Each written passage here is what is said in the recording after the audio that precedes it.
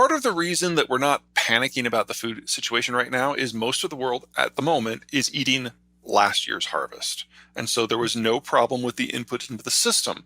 And so when you can't really tell what India is going to produce in 4 months, you look back and you see the flows are fine. That's helpful to a certain degree, and it certainly takes away some of the panic. It's not until we start the harvest season in the Northern Hemisphere that we're really going to have a good idea. Now, with energy, the shock has not yet hit. The Indians are proving willing to run the potential blockade and the potential embargoes and the potential boycotts in order to get Russian crude on the cheap. And as long as they are doing that, there's probably about 1 million, maybe 1.5 million barrel more of demand out of the world for Russian crude than there would be otherwise. Now, with the Europeans on May 30 deciding that they were going to go ahead with an oil block, that is going to make about 2.5 to 3 million barrels of Russian crude homeless. That's a big deal. So we're only now getting to the point where there's significant, permanent reductions on Russian output. And if that holds for just a few weeks, pressure will build up within the Russian system through their pipes all the way back to the wellheads, and they're going to have to shut it in. And as a rule in the permafrost, once you shut it in, that well is now never going to be turned on again because you get cracks throughout the system from the pressure builds. This is the permafrost. It's problematic in many ways. That crude doesn't come back. And the only way that the Russians were able to bring it back after the post-Cold War collapse was by bringing in Western technicians who are no longer available. So at some point later this year, we're looking at somewhere between 3 and 6 million barrels of Russian and Kazakh crude just falling off the market and never returning. That's not priced in yet because it hasn't happened yet, but we'll get there. We know exactly what's going to happen this year. It's going to be the majority of baby boomers will turn 65 and will go into retirement. That has investment and tax applications, consumption and production implications. And we've known this is coming since 1965, when the last of the baby boomers were born. But when something only takes place over decades, you always think, oh, we've got time to adjust that later. Well, we're in the here and now, and we're actually dealing with the complications coming from the baby boomers leaving us. Yeah. That is going to take us decades to deal with, and I can guarantee you there are no companies and no financial institutions, and certainly not the Federal Reserve, that are ready for this, even though we know that it's been coming for 40 years. It's right around the corner. The majority of the baby boomers retire at the end of this year.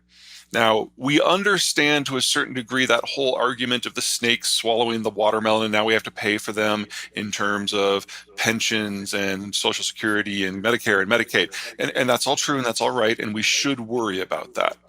But that's only half the problem. The other half is that they're not just turning into tax takers. They are at the height of their earning potential right now. When you're 65, but you haven't yet retired, this is as much money as you will ever have. And so it's not so much that we have to learn to pay for the retirement of the boomers. We have to learn to pay for everything else without the boomers' capital. And that is something that we are woefully unprepared for. Most manufacturing these days deals with the creation and the shipping and the addition of value to various intermediate products. That requires a sacrosanct transport system that is cheap, that is secure, and that everyone agrees you just don't mess with. And we have had that from 1985 until 2015, but that is now breaking down. The two big things that are going on in the world right now in 2022, number one is the China lockdown due to COVID because their vaccine doesn't work. The second big thing, of course, is the Ukraine war. And most of the industrial products that the Russians export, they export via the Black Sea, which is now a war zone. And so those have been interrupted. And it doesn't matter if it's oil or nickel or copper or machine parts, whatever it happens to be, it's not as reliable. And these are just two things that are happening right now. When you remove the Americans from maintaining the globalized system, you're going to have that in a lot more places. What's going on in China isn't just going to be about health, it's going to be political. What's going on in Russia isn't just going to be security, it's going to be demographic. And all of these things combined make multi-step supply chains, especially in the Asian space, impossible to maintain. So we are going to have to rebuild industry without them. in North America. Now, we've been working on this since the first year of COVID. COVID plus Trump really got people to take this issue seriously.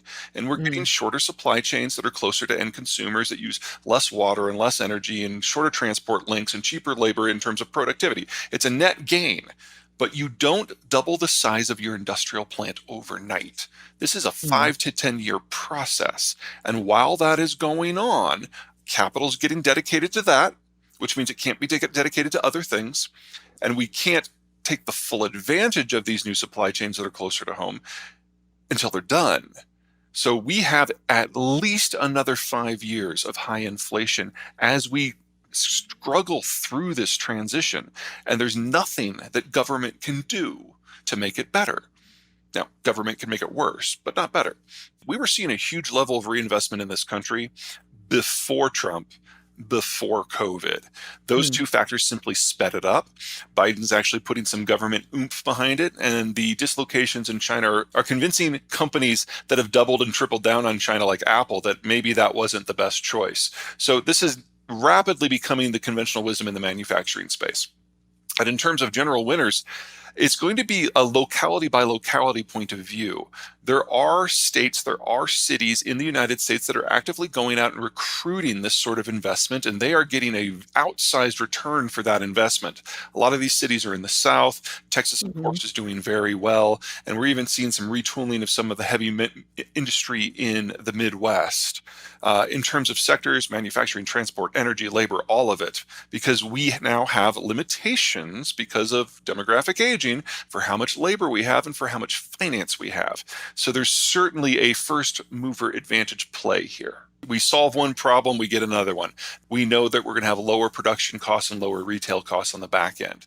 There are very, very few economic sectors where an industry that is based in the United States and Mexico is more expensive than those that are based in East Asia. The only reason we really think of China as a manufacturing power still is simply because of the sunk cost of the industrial plant has already been paid for. And we would Ah. have to resync that here in North America, and that's not cheap and that's not quick. Staying with the impact on America, does this change immigration? Can you lure population back in if it's not coming through natural birth rates? Can you increase your population through immigration policy? Is that a way to run round anybody's demographic problem? We can. We have done this multiple times in the country's history, and we will in the future. The question is how far in the future? The United States, both on the left and the right, is feeling relatively anti-immigrant right now. And Mm. everybody understands the Republicans and the Trump side of that. But on the Democratic side, remember, the Biden administration is attempting to re-solidify the union movement within American industry, within the Democratic Party. And he's only having occasional success. So don't expect to see any strong federally sponsored pro-immigration policies for the next few years. It's going to take corporate America making its case in each individual city, and those cities and states then going to the federal government for an ask. That's Mm. not going to happen this year, probably not next year either.